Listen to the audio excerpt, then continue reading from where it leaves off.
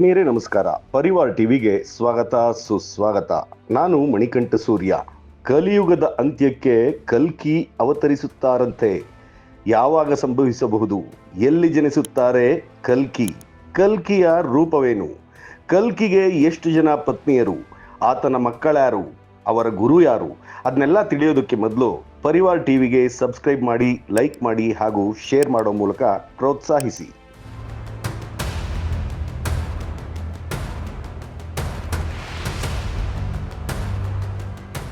ಆತ್ಮೀಯರೇ, ಧಾರ್ಮಿಕ ಗ್ರಂಥಗಳ ಪ್ರಕಾರ ಪ್ರಪಂಚಾದ್ಯಂತ ಸತ್ಯ, ಶಾಂತಿ ಎಲ್ಲವೂ ಕೊನೆಗೊಂಡು ಅನೀತಿ ಹರಡಲು ಪ್ರಾರಂಭಿಸಿದಾಗ ವಿಷ್ಣು ಎತ್ತಲಿರುವ 10ನೇ ಅವತಾರವೇ ಕಲ್ಕಿ ಅವತಾರ. ಧರ್ಮ ಗ್ರಂಥಗಳಲ್ಲಿ ವಿಷ್ಣುವಿನ 24 ಅವತಾರಗಳ ವರ್ಣನೆ ಇದೆ. ಅವುಗಳಲ್ಲಿ ಶ್ರೀಹರಿಯ ಕಲ್ಕಿಯ ಅವತಾರವೂ ಒಂದು. ಕಲ್ಕಿ ಅವತಾರದ ಪ್ರಮುಖ ಮಾಹಿತಿಯನ್ನು ತಿಳಿಯುವ ಪ್ರಯತ್ನ ಮಾಡೋಣ.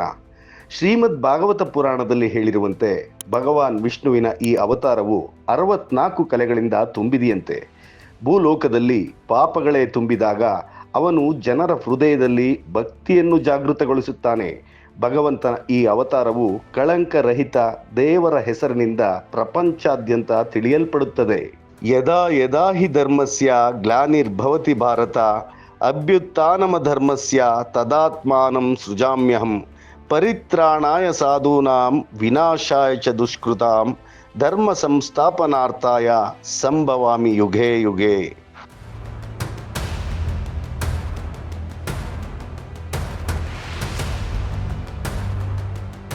ಹೌದು ಸ್ನೇಹಿತರೆ, ಯಾವ ಕಾಲದಲ್ಲಿ ಧರ್ಮವು ಅವನತಿ ಹೊಂದುವುದೋ ಆಗ ದುರ್ಜನರನ್ನು ನಾಶ ಮಾಡಿ ಸಜ್ಜನರನ್ನು ಕಾಪಾಡುವ ಮೂಲಕ ಪುನಃ ಧರ್ಮದ ಸಂಸ್ಥಾಪನೆ ಮಾಡಲು ನಾನು ಅವತರಿಸುತ್ತೇನೆ ಎಂದು ಶ್ರೀಕೃಷ್ಣ ಭಗವದ್ಗೀತೆಯಲ್ಲಿ ಹೇಳಿರೋ ಮಾತು. ಪುರಾಣಗಳ ಪ್ರಕಾರ ಸತ್ಯಯುಗ, ತ್ರೇತಾಯುಗ, ದ್ವಾಪರ ಯುಗ ಹಾಗೂ ಕಲಿಯುಗ. ಒಮ್ಮೆ ದಶಾವತಾರದ ಕಲ್ಪನೆಯ ವಿಚಾರವನ್ನು ಕೇಳೋದಾದರೆ ಪ್ರತಿ ಬಾರಿಯೂ ಪ್ರಕೃತಿಯ ಸಮತೋಲನ ಮಾಡೋದಕ್ಕೆ ಅವತಾರಗಳನ್ನು ಭಗವಂತ ಎತ್ತಿದ್ದಾನೆ. ಮತ್ಸ್ಯಾವತಾರದಲ್ಲಿ ಪ್ರಳಯಕ್ಕೆ ಸಿಲುಕಿದ ಮನುವನ್ನು ಅರ್ಧ ಮಾನವ ಹಾಗೂ ಅರ್ಧ ಮತ್ಸ್ಯುವಿನ ಅವತಾರದಿಂದ ರಕ್ಷಿಸಿದ್ದು. ಕೂರ್ಮಾವತಾರದಲ್ಲಿ ಅಮೃತ ಮಂಥನ ಮಾಡುವಾಗ ಮಂದಾರ ಪರ್ವತ ಮುಳುಗಿ ಹೋಗ್ತಾ ಇದ್ದ ಸಮಯದಲ್ಲಿ ಮಹಾವಿಷ್ಣುವು ಆಮೆಯ ಅವತಾರ ತಾಳಿ ಮುಳುಗಿ ಹೋಗ್ತಾ ಇದ್ದ ಮಂದಾರ ಪರ್ವತವನ್ನು ಎತ್ತಿ ಹಿಡಿದಿರುವುದು. ಇನ್ನು ದೈತ್ಯ ಹಿರಣ್ಯಾಕ್ಷ ಭೂಮಿಯನ್ನು ಕದ್ದು ನೀರಿನಲ್ಲಿ ಮುಳುಗಿಸಲು ಹೊರಟಾಗ ವಿಷ್ಣುವು ವರಹನಾಗಿ ಬಂದು ಭೂದೇವಿಯನ್ನು ಕಾಪಾಡ್ತಾನೆ. 4ನೇ ಅವತಾರ ನರಸಿಂಹಾವತಾರ. ಹಿರಣ್ಯಕಶಿಪುವನ್ನು ಸಂಹಾರ ಮಾಡೋದಿಕ್ಕೆ ಅರ್ಧ ದೇಹ ಮನುಷ್ಯನಾಗಿ ಇನ್ನರ್ಧ ಭಾಗ ಸಿಂಹದ ರೂಪದಲ್ಲಿ ಅವತರಿಸುತ್ತಾನೆ. ಸತ್ಯಯುಗದಲ್ಲಿ ಮತ್ಸ್ಯ, ಕೂರ್ಮ, ವಾರಾಹ, ನರಸಿಂಹನ ಅವತಾರವಾಗಿ ಅವತರಿಸಿದರೆ ತ್ರೇತಾಯುಗದಲ್ಲಿ ಬಲಿಚಕ್ರವರ್ತಿ ಎಂಬ ದೈತ್ಯನನ್ನು ಸಂಹರಿಸೋದಿಕ್ಕೆ ಬ್ರಾಹ್ಮಣ ಬ್ರಹ್ಮಚಾರಿಯಾಗಿ ಅವತರಿಸಿದ್ದು ವಾಮನ ಅವತಾರದಲ್ಲಿ. ಲೋಕ ಕಲ್ಯಾಣಕ್ಕಾಗಿ ಜನಿಸಿದವನು ಚಿರಂಜೀವಿ ಪರಶುರಾಮನ ಅವತಾರದಿಂದ ದುಷ್ಟ ಕ್ಷತ್ರಿಯರ ಸಂಹಾರ ಮಾಡಿ ಧರ್ಮರಕ್ಷಣೆ ಮಾಡಿದ. ಇನ್ನು 7ನೇಯದು ಮರ್ಯಾದಾ ಪುರುಷೋತ್ತಮ ಶ್ರೀರಾಮನ ಅವತಾರ. ರಾವಣ ಸೇರಿದ ಹಾಗೆ ರಾಕ್ಷಸ ಸಂಹಾರ ಮಾಡಿದ ರಘುನಂದನ. ಇದೆಲ್ಲ ತ್ರೇತಾಯುಗದಲ್ಲಿ ಅವತರಿಸಿದ ಅವತಾರಗಳು.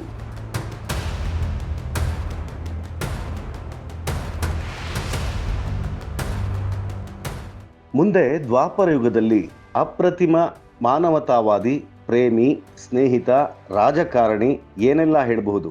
ಜಗನ್ನಾಟಕ ಸೂತ್ರಧಾರಿ ಶ್ರೀಕೃಷ್ಣನ ಅವತಾರ. ಇದರ ಜೊತೆಗೆ ಅನೇಕ ಸಂಶಯಗಳಿಗೆ, ವಿವಾದಗಳಿಗೆ ಇವತ್ತಿಗೂ ಕಾರಣವಾಗಿರುವ ಬುದ್ಧನ ಅವತಾರ. ಕೆಲವರು ಅದನ್ನು ವಿಷ್ಣುವಿನ ಅವತಾರಗಳಲ್ಲಿ ಒಂದು ಅಂತ ಹೇಳ್ತಾರೆ, ಆದರೆ ಇನ್ನು ಕೆಲವರು ಅದನ್ನು ಒಪ್ಕೊಳ್ಳೋದಿಲ್ಲ. ಒಟ್ಟಲ್ಲಿ 10ನೇ ಅವತಾರ ಕಲ್ಕಿಯ ಅವತಾರಕ್ಕಾಗಿ ಜನ ಕಾಯ್ತಾ ಇರೋದಂತೂ ನಿಜ.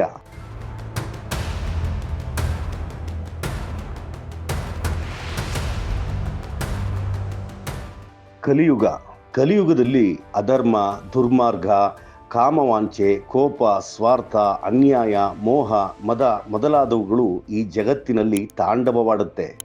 ಕಲಿಯುಗ ಅತ್ಯಂತ ಕರಾಳವಾದದ್ದು, ಕತ್ತಲಿನಿಂದ ತುಂಬಿರುವುದು. ಆಗ ವಿನಾಶ ಕಟ್ಟಿಟ್ಟ ಬುತ್ತಿನೇ ಅಲ್ವಾ. ಹಿಂದೂ ಪುರಾಣಗಳು ಮತ್ತು ಇತರೆ ಪವಿತ್ರ ಗ್ರಂಥಗಳಲ್ಲಿ ಯಾವಾಗ ಜಗತ್ತಿನಲ್ಲಿ ಅನಾಚಾರ ಎಲ್ಲೆ ಮೀರುತ್ತೋ ಆಗೆಲ್ಲ ಭಗವಾನ್ ವಿಷ್ಣು ಹೊಸ ಅವತಾರ ಎತ್ತಿ ಬರ್ತಾನೆ ಹಾಗೂ ಜಗತ್ತಿನಲ್ಲಿ ಶಾಂತಿ ಹಾಗೂ ಸತ್ಯ ನೆಲೆಯೂರುವಾಗೆ ಮಾಡ್ತಾನೆ ಅನ್ನೋದನ್ನ ಹೇಳಲಾಗಿದೆ.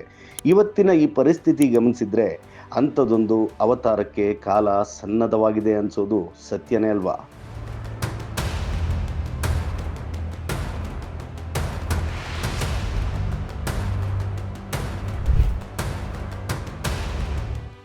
ಪುರಾಣಗಳ ಪ್ರಕಾರ ಕಲ್ಕಿಯ ಅವತಾರವು ಉತ್ತರ ಪ್ರದೇಶದ ಮರದಾಬಾದ್ ಬಳಿ ಇರುವ ಶಾಂಬಲ ಗ್ರಾಮದಲ್ಲಿ ಇರುತ್ತದೆ.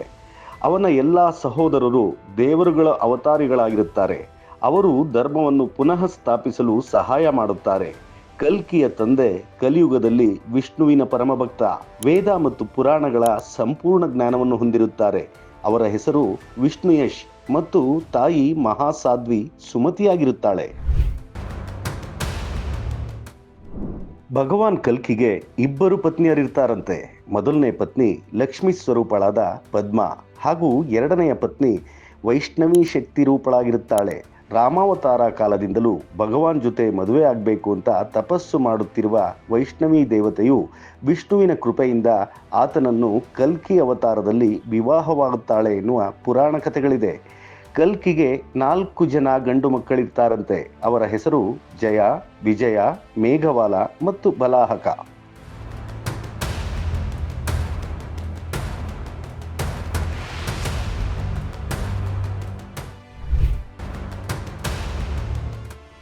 ಶ್ರೀರಾಮನ ಅವತಾರದಂತೆ ಕಲ್ಕಿಯು ಸೇರಿ 4 ಜನ ಸಹೋದರರು.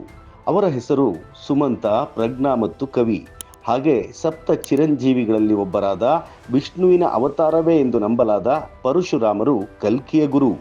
ಪರಶುರಾಮನ ಸೂಚನೆಯಂತೆ ಕಲ್ಕಿ ಶಿವನನ್ನು ಕುರಿತು ತಪಸ್ಸು ಮಾಡಿ ದೈವಿಕ ಶಕ್ತಿಗಳನ್ನು ಪಡೆಯುತ್ತಾರೆ ಹಾಗೂ ಗುರು ಪರಶುರಾಮರ ಮಾರ್ಗದರ್ಶನದಿಂದ ಪಾಪಿಗಳನ್ನು ಪ್ರಪಂಚದಿಂದ ನಾಶ ಮಾಡುತ್ತಾರೆ.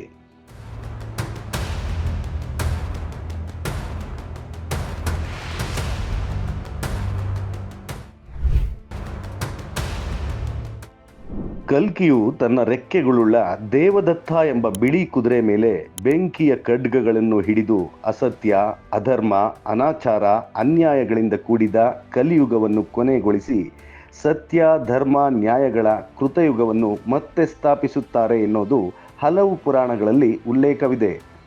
ಮುಂದಿನ ಸಂಚಿಕೆಯಲ್ಲಿ ಮತ್ತೆ ಭೇಟಿ ಮಾಡೋಣ. ನೋಡ್ತಾ ಇರಿ ಪರಿವಾರ್ ಟಿವಿ. ಸಬ್ಸ್ಕ್ರೈಬ್ ಮಾಡಿ, ಲೈಕ್ ಮಾಡಿ ಹಾಗೂ ಶೇರ್ ಮಾಡಿ. ನಮಸ್ಕಾರ.